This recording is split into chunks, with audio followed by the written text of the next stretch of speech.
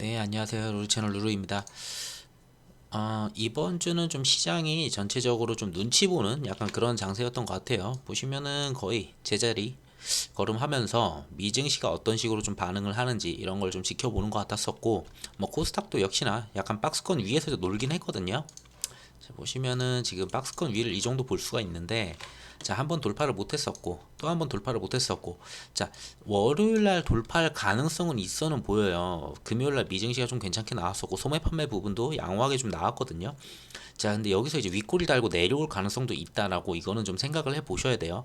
우선은 지금 저점은 계속 조금씩 올려가면서 지금 방향은 괜찮아 보여요. 이거는. 근데 이외에 전 세계적인 그 시황이나 이런 걸 봤을 때는 지금 당장 뭐 갑자기 급등해서 이걸 돌려놓는다? 그러기에는 솔직히 지금 그 정도의 재료는 지금 없다고 보거든요. 그래서 박스권을 갖다가 올라만 타서 여기만 안착만 해줘도 참 다행이다라고 좀 생각을 할 수 있어 보이고, 그러면 어디까지 볼 수 있느냐? 당연히 여기 저항이 강하죠. 뭐 지금 지수로 보겠지만 종목들이 대부분 비슷해요. 자, 여기에서 이렇게 아래쪽 830포인트 정도 되는데 이 부분을 갖다가 계속 지지하다가 이 부분을 깼기 때문에, 자, 아래 박스에서 이제 윗 박스 여기서 이제 움직여주는 그런 모습만 나오더라도 좀 양호하지 않을까 이런 생각이 듭니다. 뭐 당장에 여기까지 올라가자 이 생각을 하기에는 좀 무리가 있고요.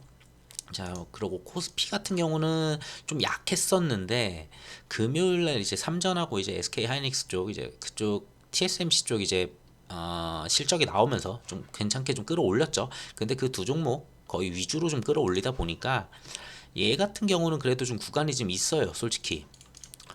보시면은 코스닥 같은 경우는 아까 두 번째 칠 때 여기서 쳤거든요.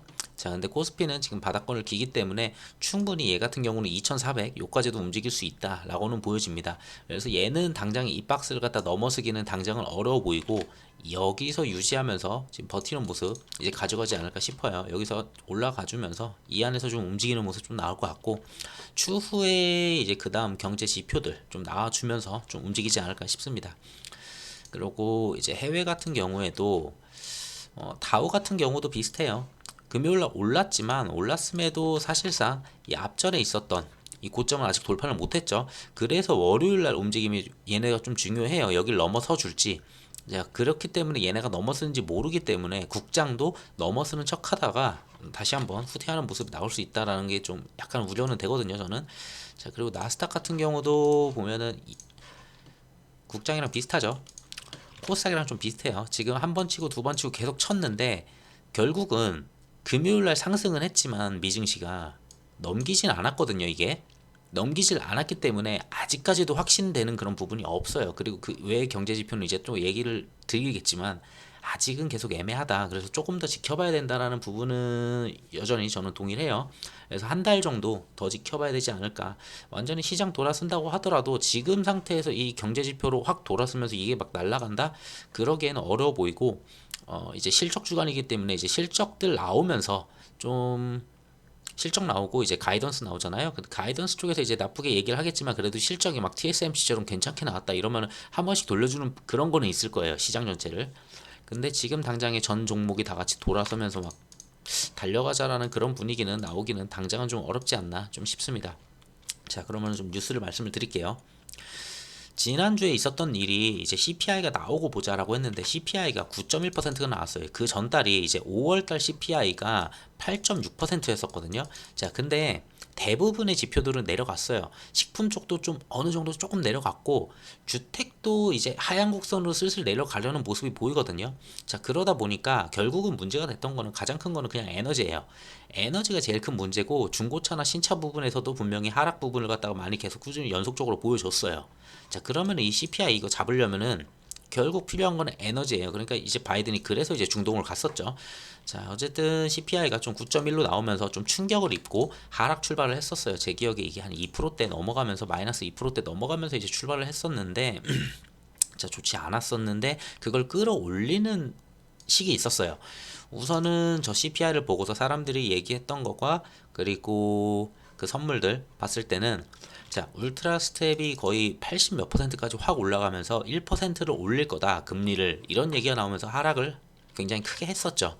자, 근데 그러자마자 이거는 좀 너무 심하다 싶었는지, 자, 뭐 이제 비둘기파도 아닌 매파들도 이제 얘기를 해요. 매파들도 이제 금리가 0.75%면은 충분하다라고 얘기를 하면서 시장을 갖다가 전부 다 끌어올리면서 거의 보합권에서 마무리를 하면서 어떻게든 살려놨어요, 시장을.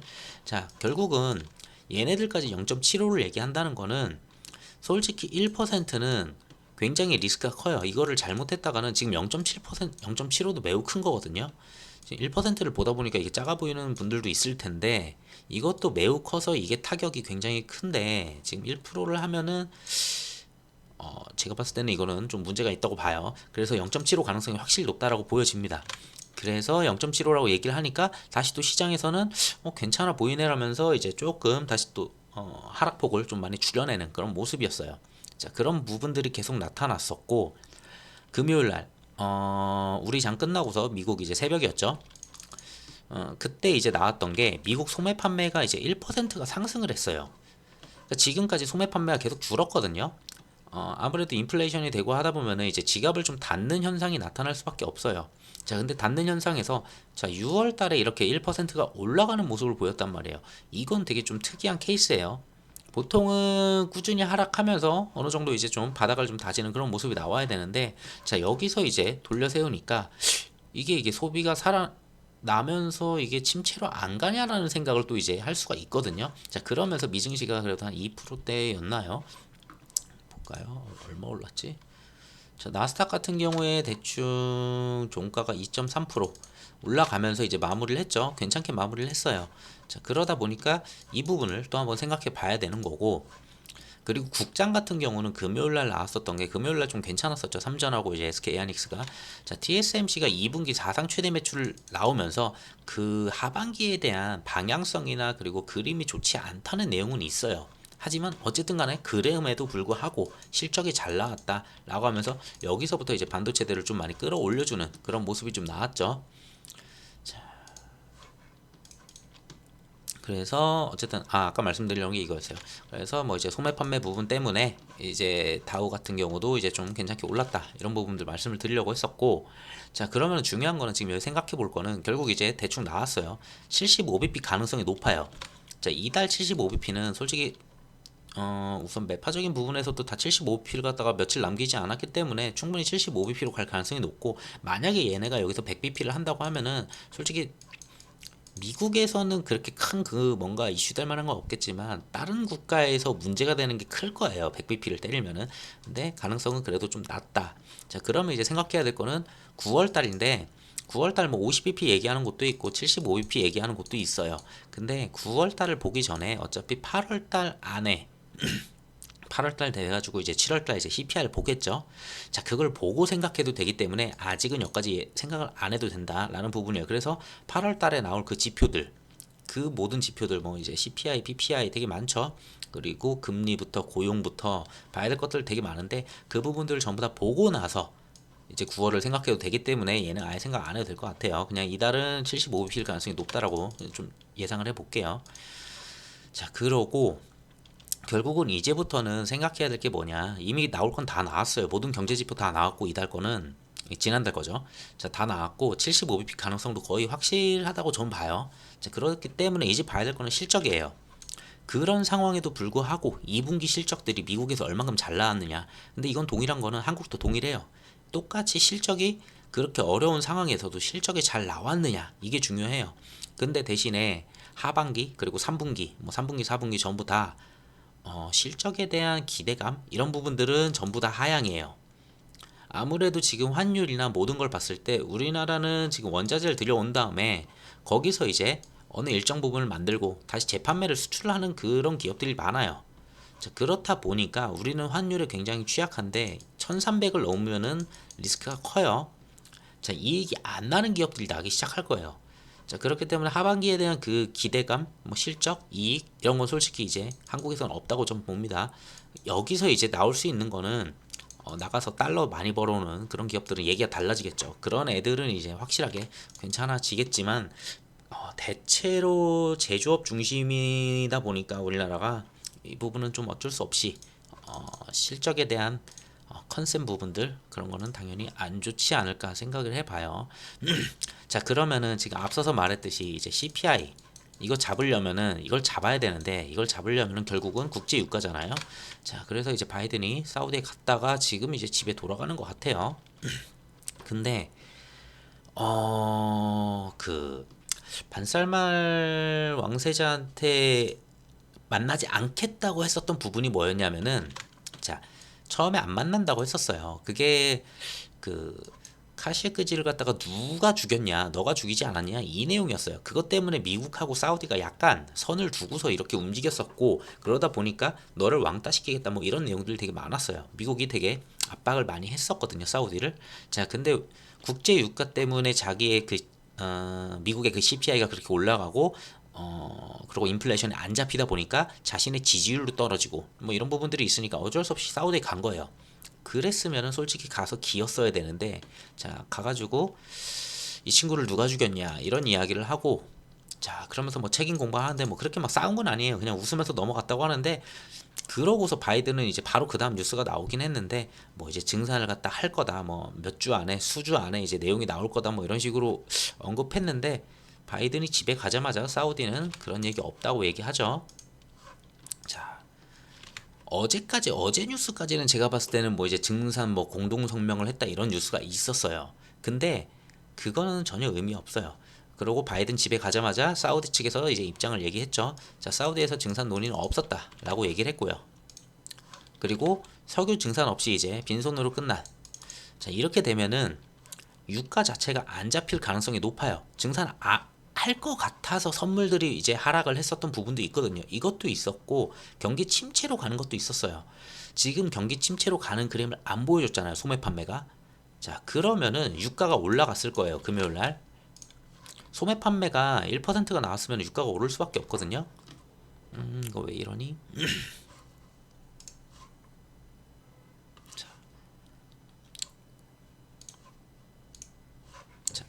우선 유가가 한 2% 정도 올라갔죠. 우선은 한번 이렇게 바닥을 친 적이 있었는데, 뭐 91불 새벽 중에 이틀 전인가 새벽 중에 한번 치더라고요.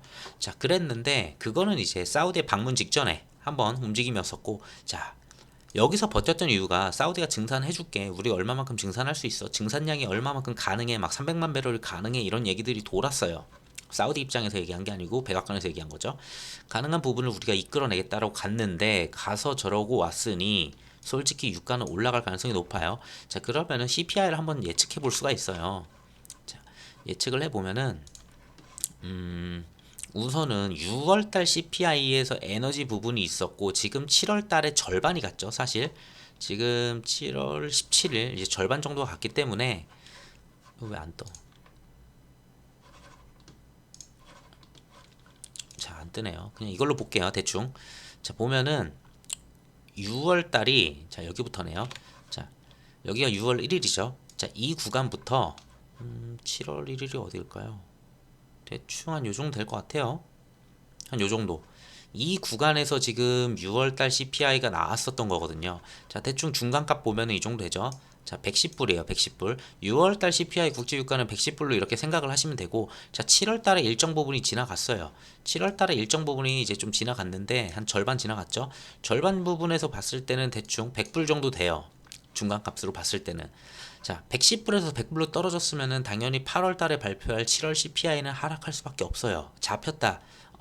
인플레 피크아웃이다, 이렇게 얘기할 수 있거든요. 자, 지금 남은 이제 13일 정도 남았죠. 거의 2주 남았어요. 똑같이 반절 정도 남았는데, 그 중간에 지금 바이든이 다녀왔고, 자, 여기서 만약 유가가 다시 올라간다.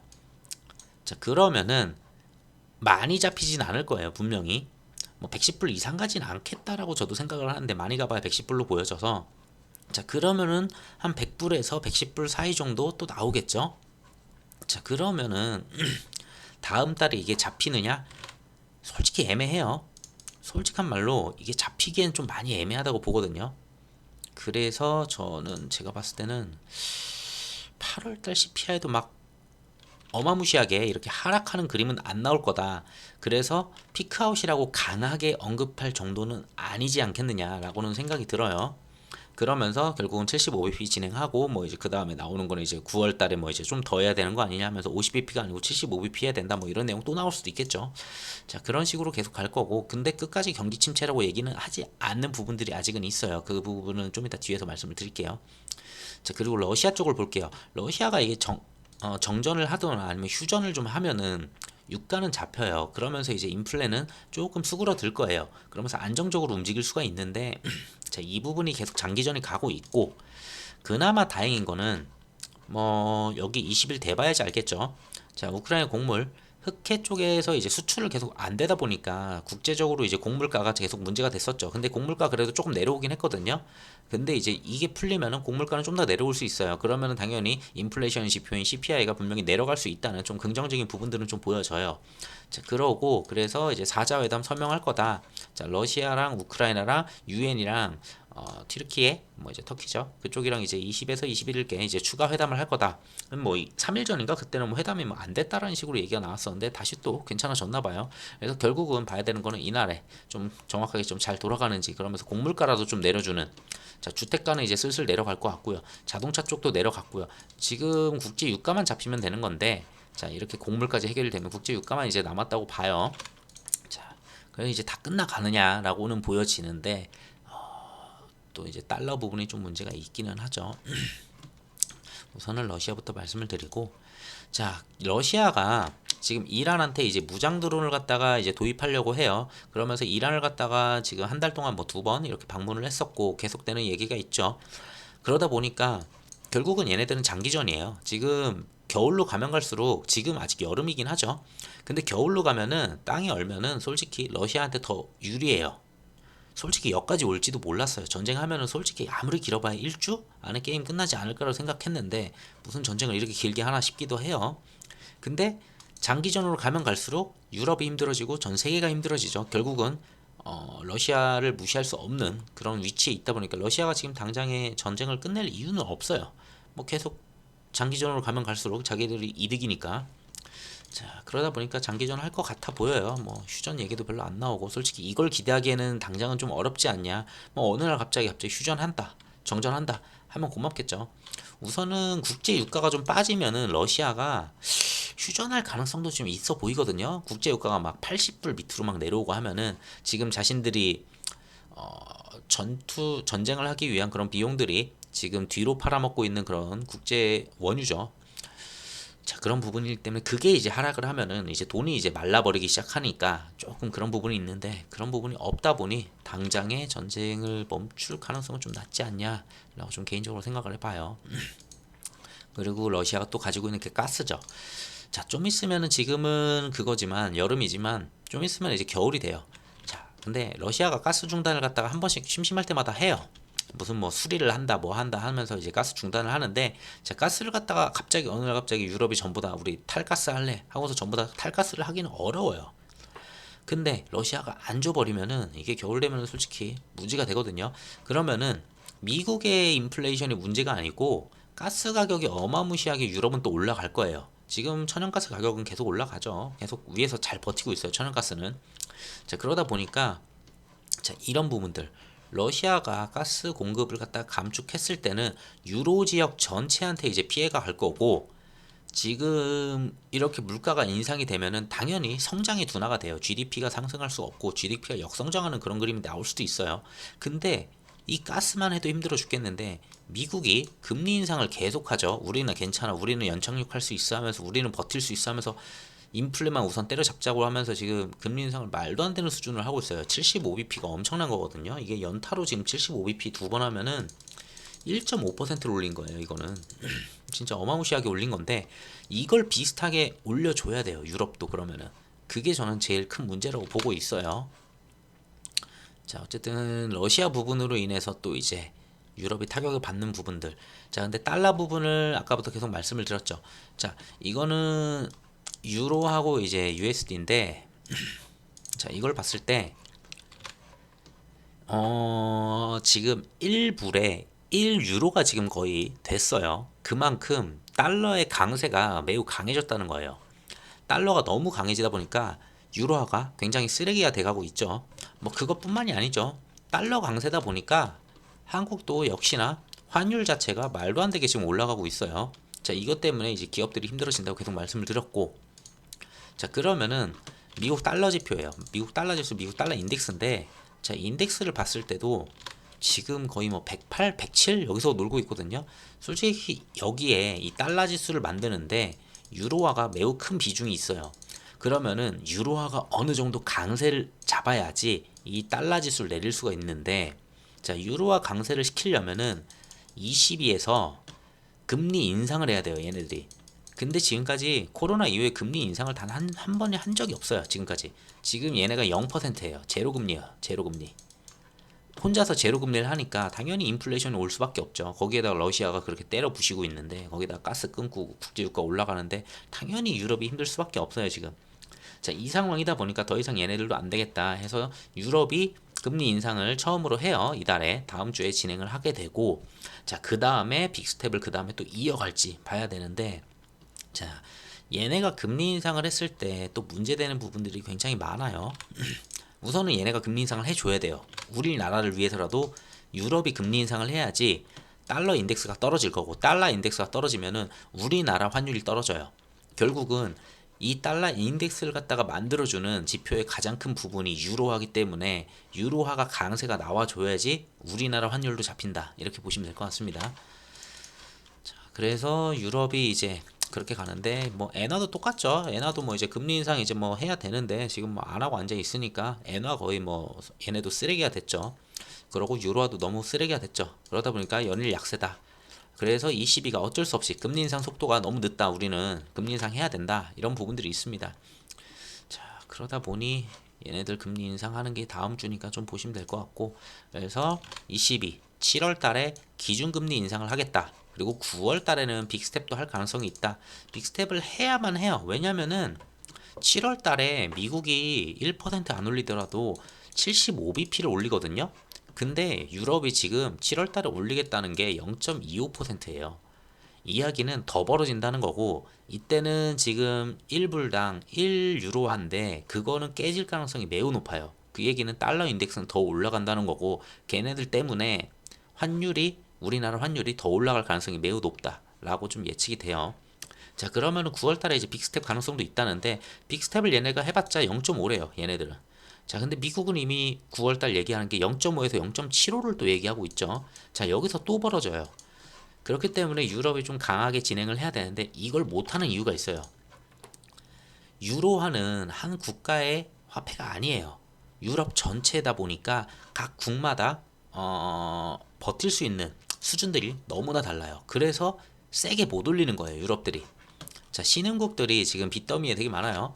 자, 신흥국들이 되게 위험해요. 개도국도 그렇고. 자, 연준이 지금 긴축을 계속하고 있죠. 0.75 계속 때리고 있고 뭐 그 얘기가 계속 나오는데, 자, 도미노 디폴트 우려가, 저는 이걸 되게 크게 봐요. 오히려 지금 환율이니 뭐 CPI니 그거 잡는 건 미국에서 잡는 거예요. 자, 근데 미국이 잡았다고 해서 그 타격으로 다른 세계의 다른 국가들이 전부 다 지금 무너지고 있거든요. 거기서부터 이제 세계 경제 침체가 올 가능성이 있다라는 부분들은 솔직히 예상은 되지만 아직은 그런 지표들이 확실하다고는 말씀을 못 드릴 거는 같아요. 근데 여기를 저는 봐야 된다고 봐요. 그래서 유럽이 금리 인상을 하고 그 인플레이션을 막기 위해서 신흥국들이 전부 다 금리 인상을 하게 되면은 빚에 허덕여요, 얘네들이. 자, 보게 되면은 신흥국들이 GDP 대비해가지고 총 부채예요. 자, 부채가 굉장히 많아졌어요. 얘네들도 코로나 때 돈을 풀었죠. 자, 근데 얘네들은 거의 지금 전부 다 0%예요. 그러다 보니까 그냥 돈 갖다 쓰고서 이자도 없이 그러고 쓰는 거죠, 사실상. 자, 그런 부분들인데 갑자기 이자를 갖다가 올리라고 하니 얘네들이 지금 갑자기 잘 사는 것도 아니고. 자, 주요 신흥국들 외채를 보게 되면은 단기 외채가 지금 요 정도거든요. 자, 이 단기 외채는 1년 안에 돌아올 외채예요. 근데 여기다 대고서 지금 0.25를 올리고, 자, 0.5를 또 올릴게. 자, 그래 버리면 0.75를 갖다 올린다는 거예요. 이것도 솔직히 부족한 부분인데, 자, 이걸 올려도 안 잡힐 거예요, 사실. 자, 그러면은 얘네들이 가지고 있는 국내 총생산 GDP 대비해가지고 총 외채가 요 정도예요. 141%씩 나오고 있어요. 지금 이 정도면은 거의 얘네들은 이미 인플레이션이 지금 장난이 아닐 거예요. 거의 말도 안 되는 수준으로 지금 인플레이션을 겪고 있는 나라들이고, 그 상황에 금리까지 올린다? 그냥 사람들 보고 죽으라는 거예요, 이거는. 자, 그런 상황이다. 이쪽은 그렇게 보시면 되고 그 한 예로 보게 됐으면은 아르헨티나 같은 경우가 이제 아까 전에 방금 있었죠. 아르헨티나 같은 경우도 지금 보시게 되면은 이제 뭐 54%이 정도예요. 단기 부채가 이제 조금 크기는 해요. 얘네가 129%. 이제 돌아올 부채가 좀 큰데 그러다 보니까 디폴트 가능성이 있다라고 얘기는 나오는 거고. 자, 금리 인상을 해야지 물가를 갖다가 잡는데 얘네는 금리 인상을 하기도 어려워요. 빚이 워낙 많으니까. 자, 근데 그러다 보니까 안 올렸어. 했더니만 연간 물가 상승률이 60%가 올라갔어요. 60%면 정말 말도 안 되는 수치거든요. 거의 이거는 에너지 때문에 오른 게 아니에요. 그냥 모든 물가가 다 오른 거예요. 뭐 고기가 10,000원에서 그냥 뭐 다 말도 안 되게 올라가는. 자, 그런 부분들이 지금 여러 군데에서 지금 좀 벌어지고 있다라는 부분들. 이거는 아직은 좀 조용해요. 이런 얘기들이 밖에서는. 근데 저게 이제 ECB가 금리를 올렸을 때 유럽 안에서 터지기 시작하면은 이제 좀 얘기가 나올 거예요. 옛날에 기억해 보시면은 그 유로존을 막 탈퇴하겠다 이런 얘기를 나왔던 국가들 되게 많았어요. 유로존이 붕괴되는 게 그 그리스 터졌을 때부터. 이게 왜냐면은 우리는 금리 인상을 할 수 없는 체력인데 ECB가 금리를 올려대니까 이거는 어떻게든 바꿔야 되니까 금리를 올리니까 우리나라 지금 다 부도가 나게 생겼어. 우리는 그러면 유로 안 쓸래. 따로 나갈래. 이런 내용들이 기억이 나실 거예요. 옛날에 그리스 막 부도 나고 디폴트 났을 때. 그 전초 그 신호들이 보이는데 이걸 막으려면은 미국이 금리 인상을 저런 속도로 하면 안 돼요. 미국이 금리 인상 자체를 갖다가 천천히 좀 진행을 해줘야 되고 어느 정도 탄력 받으면서 지금 빨리 잡고 빨리 그 다음에 다시 금리 인하를 하겠다는 생각인 건 알겠는데 연준이 그렇게 했을 때는 타국가에서는 이게 여기저기서 부작용 나오는 게 지금 계속 보여집니다. 자, 그리고 중국 같은 경우는 그나마 조금 금리 인하는 이제 더 이상 못하는 것 같아요. 얘네들은 경제를 갖다가 부양시키기 위해서 금리 인하를 조금씩 해왔었는데 이제는 미국하고 너무 이제 금리 차이가 나려고 하니까 이제 금리 인하보다는 이제 좀 동결하는 그런 정도로 좀 가고 있어요. 자, 근데 중국도 약간 봉쇄 때문에 솔직히 경제가 많이 안 돈 부분들이 있죠. 그러다 보니까 자, 중국 시장 침체 얘기가 나오고 소비 심리 위축. 자, 그리고 반도체 점유율도 뭐 이제 7.4% 하락. 이런 부분들이 계속 나오고 있어요. 국내에서 이제 중국으로 수출하는 부분들인데, 자, 이런 부분들이 좀 안 좋아요. 중국에서 소비 자체가 이제 줄어드니까 얘네들도 이제 돈을 더 이상 안 푼대라고 시장에서 얘기를 하니 지갑을 닫아야 되겠죠. 투자도 닫고, 자, 그런 부분들이 나오죠. 그리고 생산도 적어지니까 당연히 돈이 안 들겠죠. 그러고 봉쇄까지 하니까. 자, 그러다 보니까 우리나라가 중국에 수출하는 게 굉장히 줄어들고 있다. 그러고 대중 수출 의존도가 25%나 돼요. 중국이 만약에 소비를 줄인다? 그러면 우리나라 기업들이 타격을 바로 받아요. 자, 이런 부분들 어쨌든 안 좋다라는 부분들이고, 자, 상하이 봉쇄 때문에 중국 2분기 성장률 0.4%라는데 이것도 제가 봤을 때는 조작인 것 같기는 해요. 중국 워낙 조작이 많아서. 자, 어쨌든 간 0.4%면 얘는 엄청 적은 거예요. 거의 말도 안 되는 수준이에요. 이 정도로 증가했으면은 거의 증가가 없다라는 부분이기 때문에, 자, 우한 사태, 그거죠. 코로나 터질 때. 자, 그때 이후로 가장 낮은 수치가 나왔어요. 그렇기 때문에 얘네가 만약에 지금은 봉쇄를 풀었잖아요. 봉쇄를 풀고 조금씩은 봉쇄를 하는 것 같아요. 근데 만약에 이 코로나가 다시 어마무시하게 는다. 만약에 이거 재봉쇄한다라고 하면은 얘네는 한 분기였으니까 한 분기 정도 이렇게 봉쇄를 했으니까 이 정도로 버티고 야 이제 다시 성장하자 이건데, 만약에 여기서 이거 재봉쇄를 갖다 다시 하게 되면은 솔직히 중국은 다시 일어나기 힘들어 보여요. 완전히 좀 무너졌다가 다시 어떻게 끌어올라가는 그런 모습으로 나오지 않을까. 얘네들도 좀 상황이 위태위태합니다. 그래서 중국 코로나는 계속 지켜봐 보셔야 되는 그런 부분들이고, 그러고 중국 경제는 사실상 옛날에 한국이 이제 부동산으로 클 때처럼 부동산 막 짓듯이 그렇게 이제 크고 있었고 그런 부분들 때문에 경제 성장을 빨리 했었어요. 자, 그러다 보니까 부동산 쪽에 빚이 좀 많죠. 빚이 많은데, 자, 모기지 보이콧 이게 뭐냐면은 중국에 이렇게 막 분양을 해요. 분양을 했는데 수분양자, 자, 입주하겠다는 사람들이 막 대출을 받아가지고 막 돈을 갖다 은행에서 빌려가지고 돈을 내죠. 매달 내겠죠. 매달 내고 있으면서 건물을 지어줘야 되는데 이 건물을 갖다가 봉쇄를 하면서 안 지은 거예요. 짓지를 않다 보니까 이 모기지, 그 주택담보대출이라고 보시면 돼요. 주택담보대출에 대해서 나는 더 이상 갚지 않겠다 라고 하는 부분들이 있어요. 자, 갚지 않겠다라고 단체로 이제 일어서기 시작하면은 그러면은 은행이 문제예요. 옛날 전에 헝다그룹 그거 나왔을 때는 단일 기업이었어요. 걔네가 도산을 해도 은행들이 수십여 개로 갈라져 있으니까 괜찮았었다. 어느 정도 타격을 감내할 수 있다. 이런 부분이었었는데 만약에 재봉쇄가 돼가지고 이거를 건설을 유지를 또 못하죠. 그러면은 보이콧이 확산이 되면은 여기저기서 전부 다 우리 돈 안 낼래 하면은 이거는 은행들이 받아야 될 돈을 받지 못하는 거예요. 그러면은 이 채무를 누구한테 얘기하겠어요? 이걸 뺏어야 되는데 이 건물을 뺏는다고 해도 짓던 거 뺏어봐야 은행이 다 가져간다 하더라도 이걸 다 가져가도 지을 사람이 없죠. 봉쇄니까. 좀 애매한 좀 특이한 약간 디폴트 가능성이 있어요. 그래서 봉쇄가 되게 중요해요. 중국은 지금 재봉쇄로 가면은 진짜 절대 안 되는 그런 분위기예요. 자, 그러다 보니까 건설이 지연되고 좌초가 되고 건설하던 거 지금 막 엎어버리고 하다 보니 모기지 상환하려던 그 사람들 수분양자들이 나 돈 안 갚을래 라고 얘기가 나오는 거고 그러다 보니 부실 채권이 당연히 느는 거죠. 이거는 자 그러면은 이 건물들을 뺏어야 되고 하는데 그 개발 업체들이 디폴트를 갖다가 갈 수 있다라는 거예요. 자 이렇게 이해하시면 될 것 같아요. 그래서 얘네들이 중요한 거는 그거예요. 그냥 결국은 이 건설 지연 뭐 부동산 시장 냉각도 있기는 한데 이거보다는 오히려 좀 더 큰 거는 이 유동성은 어떻게든 정부에서 잡아주겠죠. 시진핑 3년이면 하려고 하면은 자 이건 잡아주는데 수분양자들이 돈을 안 내겠다고 하면 건 좀 문제가 있어요. 그 얘네들 일일이 전부 다 돈을 뺏어갈 수도 없는 거고 그래서 보셔야 되는 거는 재봉쇄 이게 제일 중요해요. 이거 만약에 재봉쇄하면은 정말 또 중국 시장도 무너지는 약간 그런 타격이 올 수 있다. 그래서 얘네들 코로나 수치 계속 보셔야 된다라고 하는 거고 그리고 제가 또 하나 좀 위험하게 보는 거는 글로벌 부동산이에요.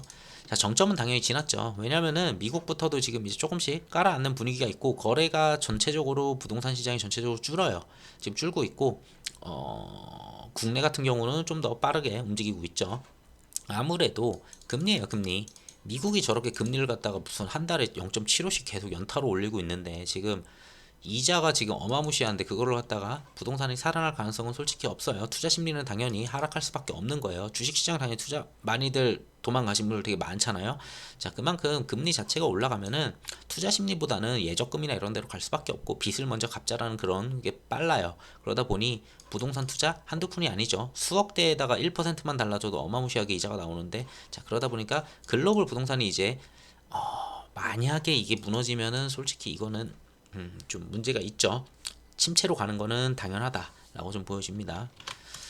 자, 그래서 이런 부분들도 좀 위태위태하다는 거 계속 말씀을 드리고 있고, 자, 근데 또 이제 코로나죠.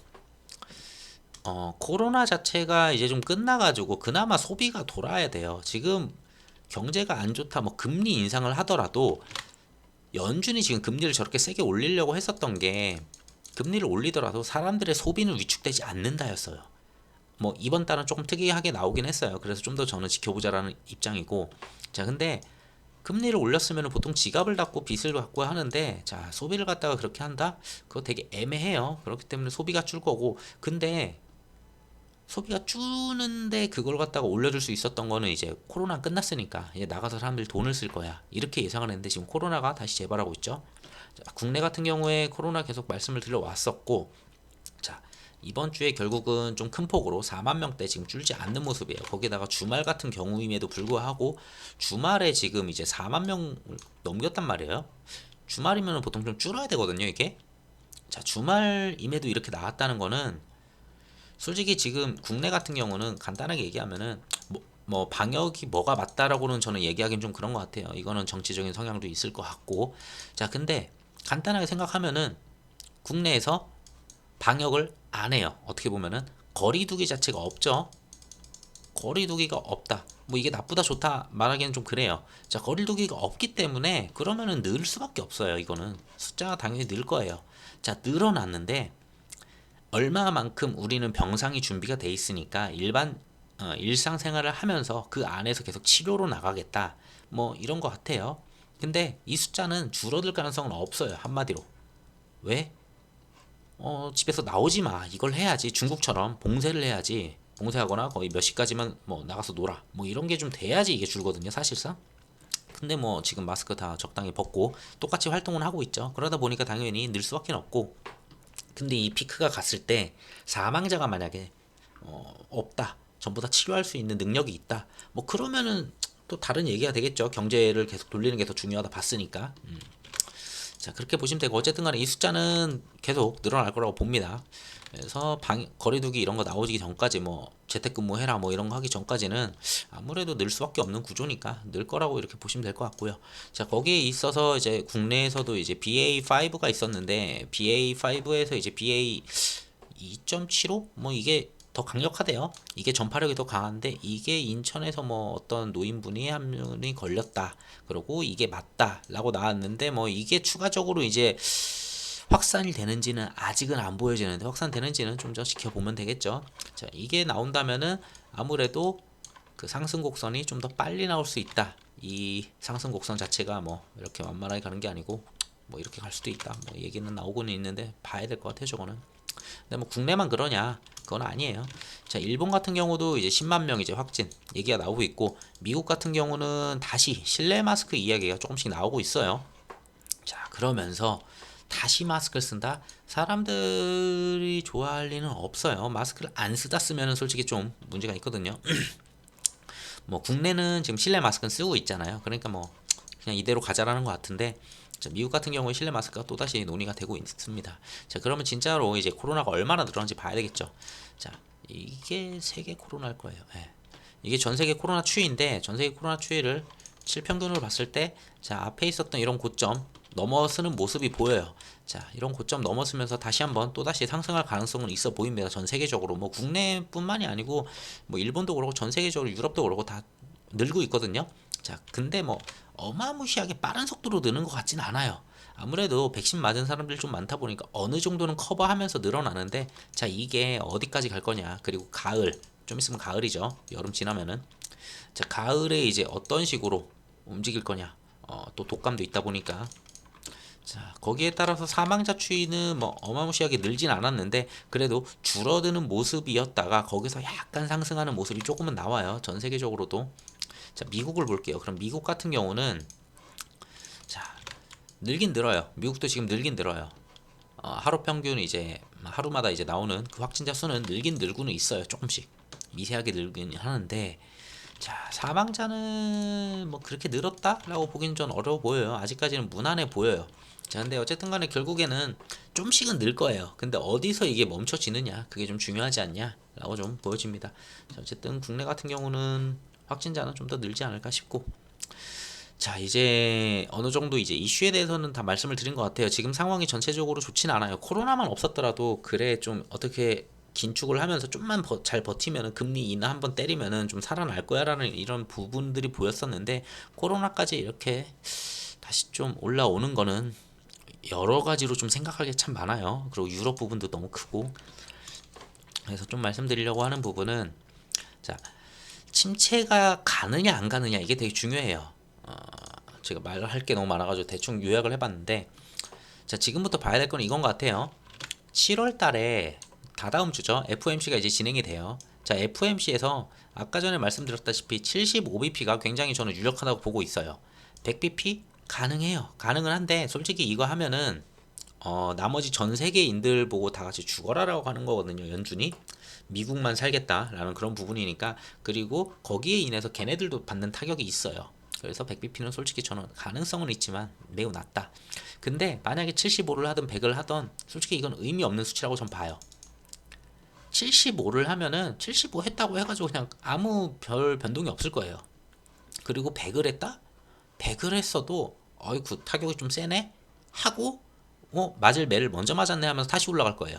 자, 그래서 이제는 이 수치가 별로 의미가 없다고 봐요, 저는. 그 FOMC 7월달. 그래서 이거는 그냥 넘어갈 수 있고, 중요하게 보는 거는 결국은 CPI예요. 6월달 CPI가 9.1%, 그리고 5월달이 8.6%였었죠. 자, 이렇게 계속 상승을 해오고 있는데 꾸준히 7월달 CPI가 어떻게 되느냐예요, 결국은 얘가.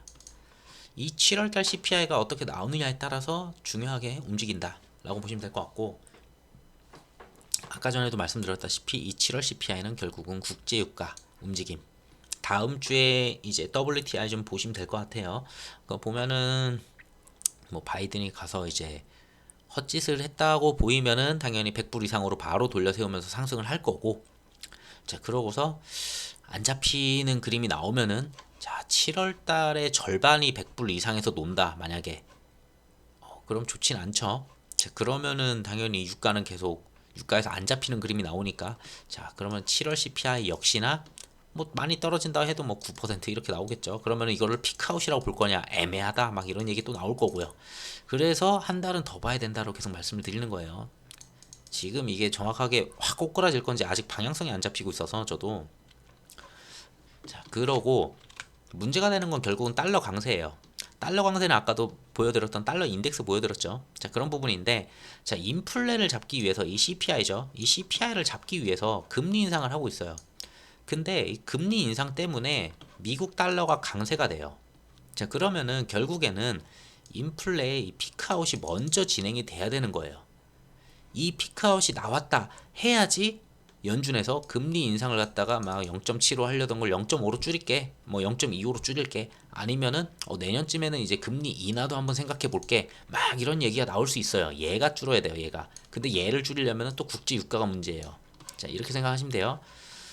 그래서 국제 유가가 계속 봐야 되는 그런 부분이고, 자 문제는 뭐냐면 이 달러 강세 때문에 미국은 지금 잘 버티는 것처럼 보여져요. 솔직히 개인적으로 봤을 때도 0.75 올리고 해도 아직까지는 그 지표들이 좀 애매하긴 한데 아직까지는 좀 잘 버텨요. 근데 문제는 아까도 말씀드렸듯이 신흥국들이 지금 붕괴하고 있어요. 완전히 지금 붕괴하고 있는데 여기다가 0.75를 또 올린다고 하는 거죠. 자 그리고 수출국, 우리나라 같은 곳이나 뭐 대만 같은 곳들이죠. 전부 다 갔다 와서 가져와서 만들고 다시 되파는. 자 이제 우리처럼 수출국은 GDP가 하락할 수밖에 없어요. 왜? 금리가 너무 많이 올랐기 때문에 가져오는 원자재 자체가 너무 비싸요. 가져와서 그러면은 그렇게 비싸게 팔 수 있느냐? 팔려고 하니까 미국 말고 딴 데는 전부 다 침체네? 팔 데가 없죠. 자, 그러면은 당연히 생산량을 줄여야 되는 거고, 그럼 고용이 주는 거고, 그렇게 침체가 보통 들어간다. 이렇게 생각하시면 돼요.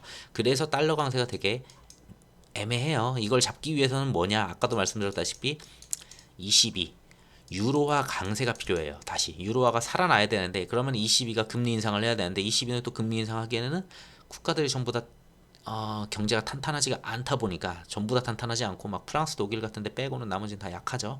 그러다 보니까 얘네도 또 생각이 많아지죠. 이걸 못하니까 달러 강세 계속 가는 거고. 자 그래서 지금 계속 되돌이표 같이 좀 최악이에요. 자 진짜 최악은 뭐냐, 제가 생각하는 진짜 최악은 이 신흥국 붕괴들, 이게 진짜 최악이에요 사실. 그리고 부동산 붕괴, 그게 정말 최악이죠. 자 그리고 더 최악은 거기에 있어서 인플레이션 피크아웃이 안 된다. 만약에 여기서 7월 달에 또 9.1%가 또 나왔어요. 자, 근데 거기서 만약에 소비 둔화가 되고 막 침체가 되고 고용이 막 줄고 하면은 금리는 금리대로 올려놓고서 이것도 못 잡고 인플레도 못 잡고 침체로 간다? 이거는 최악이거든요. 진짜 연준에서 진짜 최악을 보여줬던 케이스가 되지 않을까. 지금 연준은 연착륙을 한다는 거예요. 그러니까 피크 아웃을 보여주면서 소비 둔화가 안 되는 걸 보여줘야 돼요. 반대되게. 그러면 아주 잘했다고 박수를 치겠죠. 자, 이런 최악들을 한번 좀 생각해 볼 수 있다. 자, 그러면은 우리가 그걸 갖다가 선행으로 볼 수 있는 지표들이 있어요. 경기 침체의 지표는 제가 여기 적어놓은 것들 말고도 솔직히 더 많거든요. 훨씬 많아요. 훨씬 많은데, 자 근데 우선은 간단하게 좀 주요하게 좀 보시면 될 것 같아요. 이게 자 우선 장단기 금리차, 이미 이거는 침체 지표예요. 자 보시면은 이게 장단기 금리차거든요. 2년물하고 10년물을 갖다가 엮어 놓은 건데, 자 이미 0%를 넘어서 있어요. 그러니까 장단기 금리차는 역전을 해 있는 상태예요. 사실상 이거는 역전을 이미 해서, 자 이때부터죠. 이미 역전을 해가지고 여기서 놀고 있어요. 이미 침체 구간에 들어왔다고 보여져요. 이걸로만 보면은 지금까지 모든 경제 침체 상황에서는 전부 다 장단기 금리차 이렇게 역전이 돼 있는 상태였죠. 그리고 이런 지표가 나오기 시작하면은 그때부터 침체 기간이 짧으면 1년에서 보통 길면 한 3년까지 막 이런 식으로 왔었어요. 사실상. 자, 그러지 않기를 좀 바라고 있고, 자, 어쨌든 이 부분에서는 침체가 와 있다. 자, 근데 나머지 부분들이 있어요. 다른 지표들, 모든 지표를 보면 다 침체예요. 근데 이 부분들, 고용에서 제가 지난주에 말씀드렸었나요? 고용에서 좀 상승하는 모습이 나왔었다. 근데 이게 일시적 단발성일 가능성이 있다. 레저 부분 때문이다. 이렇게 말씀을 드렸었고, 자, 소매 판매가 이번 금요일 날 또 나왔었죠. 자, 이런 부분들이, 자, 레저에서 고용이 늘었고 소매 판매가 늘었다. 뭔가 좀 단발성인 느낌이 솔직히 있거든요, 저는. 그래서 다음 달 것까지 봐야 될 것 같아요. 이거 다음 달에 만약에 하락으로 바뀐다라고 하면 확실히 침체라고 얘기할 수 있을 거는 같거든요. 그래서 좀 더 지켜봐야 된다. 그래서 지수들은 얘네들 때문에 박스권을 유지하는 움직임은 좀 보여줄 거는 같아요. 당분간은. 그래서 그렇고 우선 기업 생산을 볼게요. 기업 생산은 지금 하락을 하고 있어요. 전부터. ISM 지표인데 6월달 제조 구매관리자 지수인데, 자, 2년 만에 최저 수준으로 하락을 했어요. 자, 여기서는 뭐 이제 경기 침체를 확인을 했다고 해요. 근데 저는 네 가지 전부 다 이제 경기 침체를 확인하면 맞다라고 얘기하고 싶어서 아직은 좀 그렇게 얘기를 안 하는데, 자, 어쨌든 간에 신규 수주 위축세로 지나갔고 2년 만에 이제 50 밑으로 지금 계속 떨어지거든요. 자, 저걸 보게 되면은 기업 생산량이 이제 하락한다는 거예요. 이게 생산이 하락한다는 얘기는 뭐냐면은 소비가 안 되니까 생산을 줄이는 거예요. 지금 삼성전자도 이제 갤럭시 이런 것들 전부 다 이제 내년 법 이제 수량 전부 다 줄이고 있거든요. 그런 것처럼 기업들이 전부 다 생산량을 줄이고 있어요. 왜? 안 팔리니까. 재고 관리가 안 되니까. 자, 이게 안 팔리면은 당연히 고용도 안 돼야 되는 거예요. 근데 지난번에 고용 지표가 희한하게 올라왔어요. 보면은 6월달 신규 일자리 37만 2천 개가 늘었다. 시장 전망치를 크게 상회했다. 이때 저는 조금 이상했거든요. 그래서 이걸 갖다 쪼개봤을 때는 레저 부분이 좀 많이 올라온 부분들이 있었다. 그래서 전 단발성이지 않을까. 좀 더 한 달쯤 더 지켜보자. 자, 이런 부분이었어요. 근데 연준은 이걸 보고서 실업률도 낮고 지금 일자리로 잘 되니까 우리는 연착륙을 하고 있다 얘기를 하니까 누구 말이 맞는지는 좀 더 봐야 되겠죠. 자, 그래서 고용 부분이 상승한 거 약간 좀 특이해요. 근데 여기서는 지금 상승분이 나왔는데 솔직히 빅테크나 이런 데들 지금 뉴스를 하나씩 다 기업마다 돌려보시면은 지금 채용하는 곳이 없어요. 오히려 지금 다 줄여요. 테슬라도 그렇고 웬만한 데들이 다 줄이는 상황인데, 여기 고용 지표는 약간 좀 하루 한 텀이 좀 늦은 건지, 그래서 7월 달 거 좀 더 봐야 되지 않냐라는 좀 생각이 있고요. 자, 그리고 자, 실질 임금이에요. 이 실질 임금이 뭐냐면은 내 임금이 얼마만큼 올랐어요. 예를 들어 10%가 올랐고, 근데 물가 인상이 막 20%가 올랐어요. 그럼 내 실질 임금은 하락을 한 거죠. 왜냐? 일반적인 물가가 올랐음에도 내 임금이 별로 못 올랐으니까 실질적인 내 임금이 줄었다. 자, 그 지표를 보여주는 게 이 실질 임금, 리얼 어닝이라고 하는데, 자, 여기서도 지금 보게 되면은, 자, 6월달 미국 노동자 시간당 실질 임금이 1년 전보다 이제 뭐 3.6% 감소했다라고 해요. 자, 이렇게 좀 감소하는 부분들이 좀 있죠. 그러다 보니까 임금 부분은 계속 하락하고 있다. 이거는 인플레 때문에 임금이 하락한 걸로 보여질 수도 있고, 임금 인상률이 충분히 올랐음에도 불구하고 그만큼 솔직히 인플레가 좀 빠르긴 하죠. 그래서 이게 하락으로 보여진다고 좀 보여요.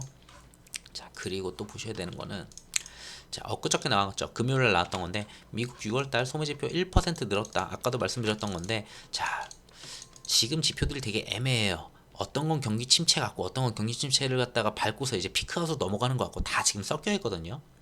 자, 역시나 여기도 이제 경기 침체 우려 완화될 듯 이러면서 또 이제 지수가 살짝 올라간 부분들이 있죠. 자, 그래서 소매 판매가 상승을 했다. 자, 그래서 제가 봐야 되는 거는 계속 한 달 더 보자는 거는, 자, 금리 인상 0.75 한번 하고 한 번 더 하고, 자, 7월 달 것까지 CPI 보고 그러고 생각하셔도 될 것 같아요. 지금 상황에서 막 지수가 막 이렇게 올라갈 게 아니니까 급하게 막 다시 막 뭐 물을 타야 된다, 저는 이건 아닌 것 같고, 박스권이거든요 사실. 어차피 지금부터는 증시는 박스권일 거예요. 왜? 하반기에 대한 컨센 자체가 그렇게 막 극단적으로 좋은 곳들이 별로 없어요. 좀 어떻게 보면 주식하기에 좀 어려운 시기긴 하죠. 거의 뭐 단기로 치고 빠지는 약간 그런 행동이 좀 가장 좋은 시기이기도 하고요. 이럴 때는. 그래서 좀 보는데, 자, 어쨌든 간에 이런 부분들 한 달 정도 더 지켜봐야 된다라고 좀 말씀드리고 싶고, 자, 그러면 이 국장이 어떻느냐? 국장이 제일 중요해요. 자, 장중에 이제 1320원까지 돌파를 했고, 사실상 22가 금리 인상을 빨리 해줘야 돼요. 그걸 했을 때 좀 잡히는지 봐야 될 것 같은데, 근데 연준이 미국 페드에서 이제 조금 더 강하게 때리면은 얘 역시나 1350까지도 충분히 갈 수 있다고 봐요, 저는. 거기서는 이제 정부가 계속 개입하겠죠. 근데 이걸 잡아줄 수 있는 거는 이건 좀 이따 하고, 잡아줄 수 있는 거는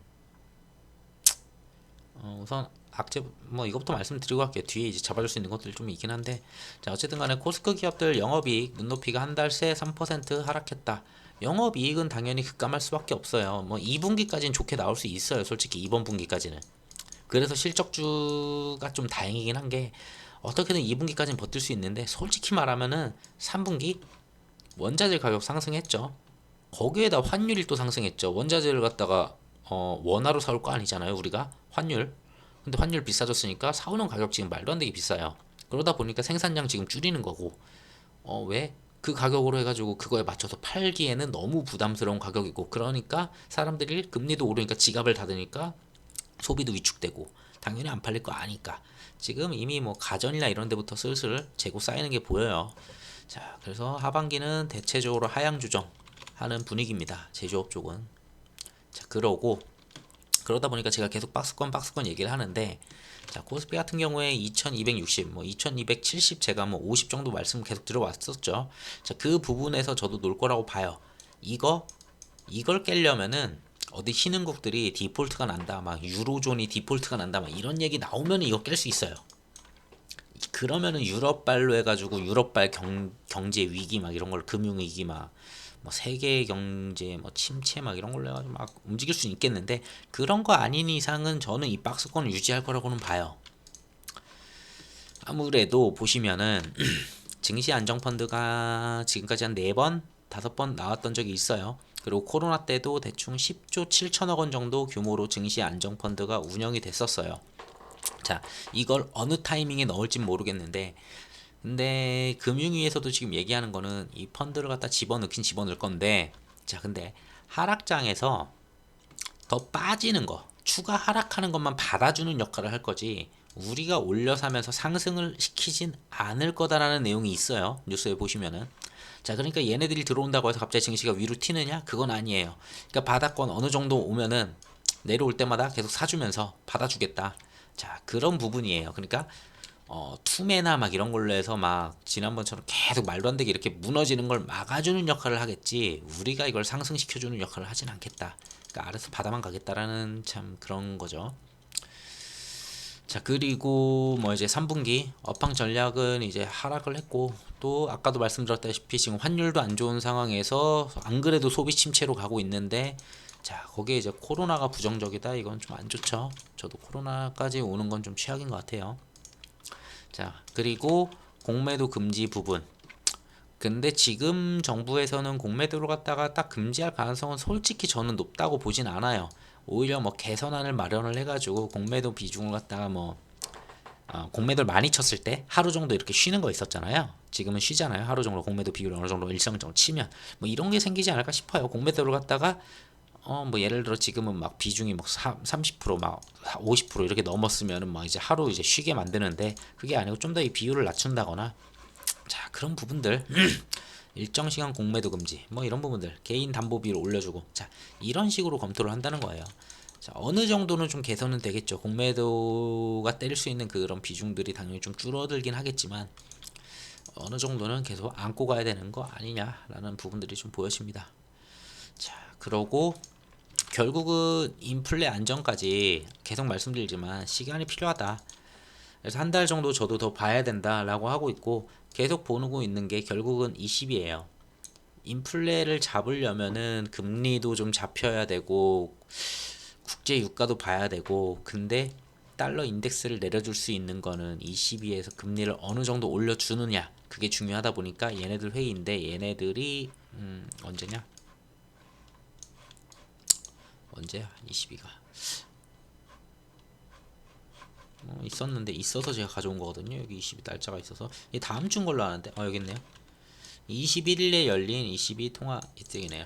21일 날 이제 그나마 좀 보셔야 되고요. 목요일 날 얘네가 금리를 얼만큼 올리는지. 22가 만약에 0.25 올리면은 솔직히 알던 숫자기 때문에 별로예요. 솔직히 말하면은. 근데 만약에 21일 날 얘네가 0.5%를 올리잖아요. 인상을 50bp를 딱 때린다. 그러면은 우리나라 환율도 좀 하락하면서 외국인 수급 다시 들어올 가능성이 있어요. 좀 그렇게 보시면 될 것 같고요. 자, 22가 좀 그런 부분들이 있고, 자, 그리고 이제 달러 부분. 자, 옐런이 이제 방한을 하게 되죠. 19일 날 이제 옐런이 이제 한국에 오게 되는데, 솔직히 말하면은 통화 스와프 이거는 기대해 볼 만해요. 이거 되면은 달러가 어느 정도 최고치에 갔을 때 통화 스와프로 어떻게든 좀씩 할 수 있거든요. 자, 이걸 해줄지 안 해줄지 모르겠어요. 만약에 이걸 해준다라고 하면은 통화 수합 되면은 솔직히 뭐 예를 들어서 최악의 경우 막 1350을 넘어서 더 올라가려고 할 때 이때 이제 막아줄 수 있는 막 그런 방패가 좀 될 수 있거든요. 그래서 어쨌든 통화 수합 생기면은 좀 양호해진다. 달러는 다시. 그러면 조금 괜찮아지겠죠, 기업들도. 자, 그런 부분들. 그래서 19일이네요, 쟤는. 자, 이때가 옐런이고, 자, 21일이 20이고, 자, 그리고 또 하나 있었는데, 페드 FMC가 26에서 27일이에요. 얘네가 이제 75bp 올리는지 100bp 올리는지, 근데 사실상 그 숫자가 그렇게 큰 의미가 있을까 싶기는 해요. 100대 1면은 와우 하고 놀라긴 하겠죠. 근데 그 다음날 바로 반등 주겠죠. 자, 그래서 26일, 27일. 자, 요때인데, 저는 이거는 그렇게 중요하지 않다고 봐요. 결국은 제가 중요하게 보는 거는 통화 스와프 해주는지, 그럼 환율 잡힐 수 있거든요. 그러고 22가 얼마만큼 금리 인상하는지, 얘네가 금리 인상 0.5 이상 세게 때려주면은 달러 인덱스 좀 잡히면서, 그러면서 국내 환율도 또 잡힐 거예요. 그러니까 이번 주에 얘네들이 움직임이 좀 괜찮아지면은 환율이 1300까지도 충분히 내려올 수 있다라고 보여지거든요, 여기서만. 그러면은 외국인 수급 좀 괜찮으시면서 아까 전에 계속 말씀드렸던 우리가 놀고 있었던 박스권 말고 그 위에 박스권에서 이제 놀 수 있지 않을까 좀 기대는 해봅니다. 근데 그렇다고 해서 뭐 시장이 다시 확 돌아간다 이건 아니에요. 다음 달 지표까지는 좀 더 봐야 되겠어요. 자, 해서 우선은 이 정도 좀 세계 시황 말씀을 드렸고, 러시아는 장기전으로 가는 것 같아요. 그렇기 때문에 그쪽에 기대하기보다는 사실 이제는 어떠한 추가 악재가 있는지, 얼마만큼 뭘 피해가야 될지 그런 걸 좀 보셔야 되지 않을까 싶습니다. 그렇다고 지금 이미 내려왔기 때문에 지금 뭐 탈출하자? 솔직히 그건 아닌 것 같아요. 이미 코스피가 2200대기 때문에 2200 한번 찍었죠. 2200 쪽 찍었기 때문에 여기서 뭐 더 내려가 봤자 뭐. 그래서 저는 개인적으로 지금은 탈출하기보다는 저점을 찾아서 저점 구간, 그리고 시장이 진짜 이제 돌아설 수 있는 그런 구간이다. 그 구간을 찾아서 그때부터 좀 이제 좀 강하게 한번 다시 한번 들어가는 그런 걸 좀 생각하고 있습니다. 그래서 아직까지는 좀 관망하면서 좀 눈치 보는 게 좀 가장 좋아 보여요. 시장 자체는. 자, 오늘 시황 관련해 가지고는 영상은 여기서 마치도록 할게요. 감사합니다.